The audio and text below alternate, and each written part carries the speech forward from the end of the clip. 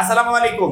HSC 2026 সালের পরীক্ষার্থীরা, আবশ্যিকের all সাবজেক্টের সাজেশন কিন্তু আপলোড ডান। আজকে আমরা বিজ্ঞান বিভাগের গ্রুপ ভিত্তিক সাবজেক্টগুলো শুরু করে দিলাম। পর্যায়ক্রমে বিজ্ঞান বিভাগটা শেষ করে পরবর্তীতে মানবিক, তারপরে ব্যবসা, অর্থাৎ অল সাবজেক্টের সাজেশন আপলোড কমপ্লিট করে ফেলবো।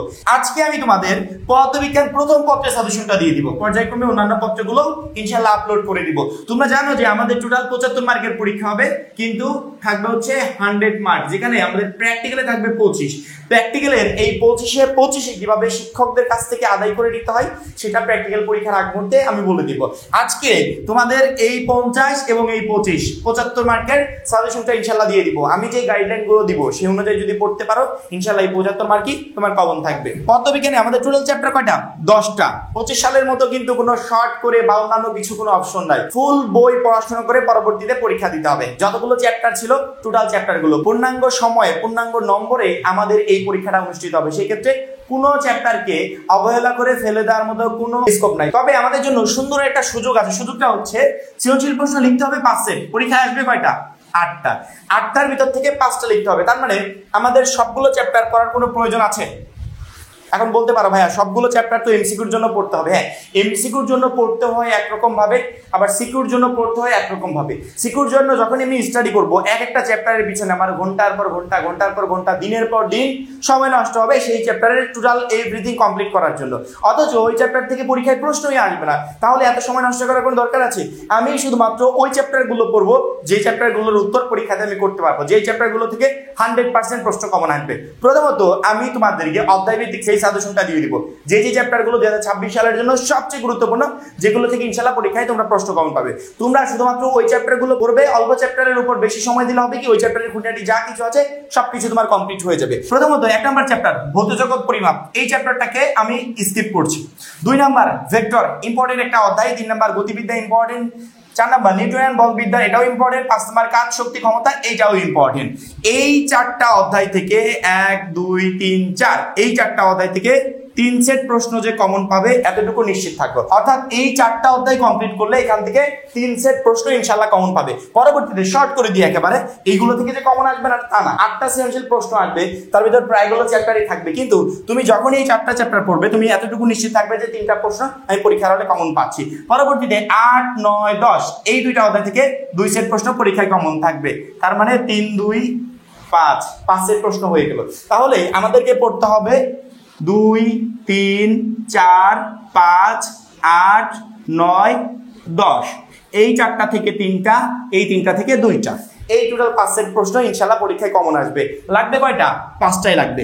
কোন শিক্ষার্থী যদি আমাকে এতটুকু নিশ্চিত দিতে পারো ভাই আপনি যে কয়টা চ্যাপ্টার দিলেন এই চ্যাপ্টারগুলো আমি একবার সুন্দর করে কমপ্লিট করে যাব, একটা প্রশ্ন মিস হবে না, তুমি সুন্দর করে 5টা সৃজনশীল প্রশ্নের অ্যানসার করে আসতে পারবে। আর অতিরিক্ত যে চ্যাপ্টারগুলো আছে এগুলো থেকে প্রশ্ন আসবে, কিন্তু এইগুলো তোমার অতিরিক্ত করে পড়ার প্রয়োজন হবে না। তুমি 7টা চ্যাপ্টার পড়লে আনা, এখান থেকে তুমি 5টা প্রশ্ন ইজিলি কমন পেয়ে যাবে। এবং তার থেকেও বড় কথা হচ্ছে 7টা চ্যাপ্টার আমি দিয়েছি, এই 7টাই যে তোমাকে বাধ্যতামূলক পড়তে হবে এমনটা না। তুমি ইচ্ছা করলে এখান থেকে চ্যাপ্টার স্কিপ করে তুমি অলরেডি কমপ্লিট করে ফেলেছো, সেই চ্যাপ্টারগুলো তুমি পড়তে পারো। এবং তার থেকেও বড় রকমের সুখবর তোমাদের জন্য, সেটা হচ্ছে আমি কিন্তু এই 1 নাম্বার চ্যাপ্টারেরও জ্ঞানমূলক অনুধাবনমূলক প্রশ্ন তোমাদের রেডি করে দিব, 2 নাম্বারও দিব, 3 নাম্বারও দিব, যেগুলো আমি বলি নাই 7 6 এগুলোরও দিব। অর্থাৎ প্রত্যেকটা চ্যাপ্টারের জ্ঞানমূলক অনুধাবনমূলক প্রশ্নের পিডিএফ রেডি করে তোমাদেরকে দিব। সেক্ষেত্রে তুমি সকল চ্যাপ্টারের একটা বেস্ট প্রিপারেশন নিতে পারবে। কিন্তু সৃজনশীলের জন্য আমি যে গুরুত্বপূর্ণ চ্যাপ্টারগুলো ইন্ডিকেট করলাম এখান থেকে মাস্ট বি প্রশ্ন আসবেই। কেউ যদি আলাদা করে অল্প কিছু চ্যাপ্টার পড়তে চাও তাহলে সে জানো এই 4টা আর এই 3টা, এই 7টা চ্যাপ্টার পড়ে যায়, এখান থেকে ইজিলি মানে মিনিমাম 5 সেট প্রশ্ন তুমি কমন পাবে। ভাগ্য ভালো থাকলে তার বেশিও তুমি কমন পেতে পারো। এবার আসি আমরা এমসিকিউতে। এমসিকিউতে আমাদের 25টা প্রশ্ন আসবে, 25টারই অ্যান্সার করতে হবে। সৃজনশীলে যেভাবে আমরা চ্যাপ্টার স্কিপ করলাম, এমসিকিউতে স্কিপ করার কোনো সুযোগ নাই। প্রত্যেকটা চ্যাপ্টার এমসিকিউর জন্য গুরুত্বপূর্ণ। একটা চ্যাপ্টার থেকে 2টা আসলো, একটা থেকে 3টা, একটা থেকে 4টা, প্রত্যেকটা চ্যাপ্টার গুরুত্বপূর্ণ, স্কিপ করার কোনো সুযোগ নাই। সেক্ষেত্রে এমসিকিউতে 25 পেতে হলে প্রথমত আমাদের মূল বই অর্থাৎ আমার টেক্সট বুক, যেই বইটা দেখে আমি প্রিপারেশন নিচ্ছি বা যেই রাইটারের বইটা আমি পড়ছি সেই বইটা সুন্দর করে কমপ্লিট করতে হবে। কিভাবে কমপ্লিট করবে? এমসিকিউর জন্য প্রত্যেকটা চ্যাপ্টারের যে ইম্পর্টেন্ট বিষয়গুলো আছে অ্যানালাইসিস করে প্রথমে তুমি বের করবে যে জায়গাগুলো থেকে প্রশ্ন হতে পারে। যেখানে রিডিং করার দরকার সেখানে রিডিং করবে, যেখানে ম্যাথ সলভ করার দরকার সেখানে ম্যাথ সলভ করবে। তুমি বিগত 5 বছরের যদি বোর্ডের এমসিকিউ দেখো তাহলে তোমার টোটালি মাথার ভিতর চলে আসবে যে কোন কোয়ালিটির এমসিকিউ সাধারণত পরীক্ষাতে আসে। প্রথমত মূল বইটা সুন্দর করে কমপ্লিট করবে। কমপ্লিট করার পরবর্তীতে তুমি তোমার প্রিপারেশনটাকে এখন বিগত 5 বছরের বোর্ড এমসিকিউর মাধ্যমে যাচাই করে নিবে। কিভাবে? যখনই তোমার মূল বই সম্পর্কে মোটামুটি একটা ভালো ধারণা চলে আসছে, তুমি ম্যাথগুলো সলভ করতে পারছো বা অন্যান্য যে চ্যাপ্টারগুলো আছে সেখান থেকে ইজিলি এমসিকিউর অ্যান্সার করতে পারছো, তখন তুমি বিগত একটা বছরের বোর্ড প্রশ্ন নিবে, নেওয়ার পরবর্তীতে সেই এমসিকিউগুলো সুন্দর করে সলভ করবে। যখনই এমসিকিউগুলো সলভ করতে যাবে তখনই বুঝতে পারবে যে তোমার প্রিপারেশনটা আসলে কেমন বা কতটুকু প্রিপারেশন তুমি নিতে পেরেছো। যদি দেখো যে প্রবলেম হচ্ছে, সেক্ষেত্রে বুঝবে প্রিপারেশনে এখনো ঘাটতি আছে, আবার ফেরত আসবে। আবার তোমার মেইন বই থেকে সুন্দর মতো একটা প্রিপারেশন নিবে, তারপরে আরেকটা বোর্ড প্রশ্ন নিবে। অর্থাৎ তুমি তোমার মূল বই, টেক্সট বুক, তুমি যে রাইটারের বইটা পড়ছো, টেক্সট বুক প্লাস বিগত 5 বছরের বোর্ড কোশ্চেন, এই দুইটা যদি কমপ্লিট করে পরীক্ষার হলে যেতে পারো, আমার মনে হয় না যে এমসিকিউ প্রশ্ন নিয়ে কোনো প্রবলেমে তোমাকে পড়তে হবে। প্রথমত টেক্সট বুকটা কমপ্লিট করবে, পরবর্তীতে বিগত 5 বছরের বোর্ডের এমসিকিউগুলো সলভ করবে। এই দুইটা কমপ্লিট করতে পারলেই এই 25টা এমসিকিউর 25টাই তোমার কমন থাকবে। আরেকটা গুরুত্বপূর্ণ কথা বলে রাখি, মানে এই বিষয়টা নিয়ে কেউ বোকামি করো না। তুমি তো আমার এসএসসি 24 ব্যাচ ছিলে, আমি সর্বোচ্চ চেষ্টা করবো যাতে তোমাদের ভালো হয়। একজন তোমাকে বললো এই 250টা এমসিকিউ পড়ে যাও, 25টা কমন পেয়ে যাবে। আচ্ছা, আদৌ কি 250টা এমসিকিউ পড়ে 25টা কমন পাওয়া সম্ভব?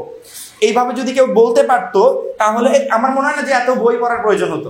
শুধুমাত্র 250টা এমসিকিউর একটা বই কিনতাম, ওইখান থেকে কমন পেয়ে যেতাম। এই কাজগুলো কেউ করো না। প্রত্যেকটা চ্যাপ্টার থেকে এমসিকিউ হবে, সেক্ষেত্রে স্কিপ করার কোনো সুযোগ নাই। কিন্তু আমরা সহজ প্রসেসে একটা প্রিপারেশন নিতে পারি, যেভাবে আমরা গাইডলাইন দিচ্ছি সেভাবে আমরা পড়তে পারি, কিন্তু বাদ দেওয়া যাবে না। আমাদেরকে প্রত্যেকটা চ্যাপ্টারই পড়তে হবে, কিন্তু সহজ উপায়ে পড়তে হবে যাতে অল্প সময় বেস্ট একটা প্রিপারেশন নিতে পারি। সেক্ষেত্রে টেক্সট বুকটা সুন্দর করে কমপ্লিট করবে, প্লাস বিগত 5 বছরের বোর্ড এমসিকিউ পড়বে, এই দুইটা পড়লেই এনাফ। ঠিক আছে, এমসিকিউ নিয়ে তোমার টেনশন থাকলো না। প্র্যাকটিক্যালি শিক্ষক তো 25 দিবে, সেই উপায়টা আমরা বলে দিব পরবর্তীতে ভিডিওর মাধ্যমে। এবং সৃজনশীলে কোন কোন চ্যাপ্টারগুলো ইম্পর্টেন্ট সেগুলো তো বললাম, তার পাশাপাশি প্রত্যেকটা চ্যাপ্টার অ্যানালাইসিস করে জ্ঞানমূলক, অনুধাবনমূলক, সেই সাথে বিগত 5 বছরে যে প্রশ্নগুলো আসছিল সেগুলো সুন্দর করে পিডিএফ রেডি করে আমরা তোমাদেরকে দিয়ে দেবো। তাহলে তোমার টেনশন কোন জায়গা নেই, আশা করি কোনো জায়গা নিয়ে টেনশন না। ইনশাআল্লাহ পদার্থবিজ্ঞান প্রথম পত্রে আমি 100% প্রশ্নও কমন পাবো এবং সুন্দর মতো একটা প্রিপারেশন নিয়ে পরীক্ষার হলে যাবো, মাস্ট বি এ প্লাসটা কনফার্ম করতে পারবো। আশা করি প্রত্যেকটা শিক্ষার্থী বুঝতে পেরেছো। এখন এই পর্যন্ত, সবাই ভালো থাকবে, সুস্থ থাকবে, আল্লাহ হাফেজ।